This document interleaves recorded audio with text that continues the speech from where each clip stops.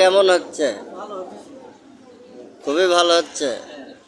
কোথায়? দোকানে তো বেশি মাল দেখি না। হ্যাঁ, লোন নেওয়া আছে। এই ব্যবসা দিয়ে কি আপনার লোন চালাতে পারেন? আপনার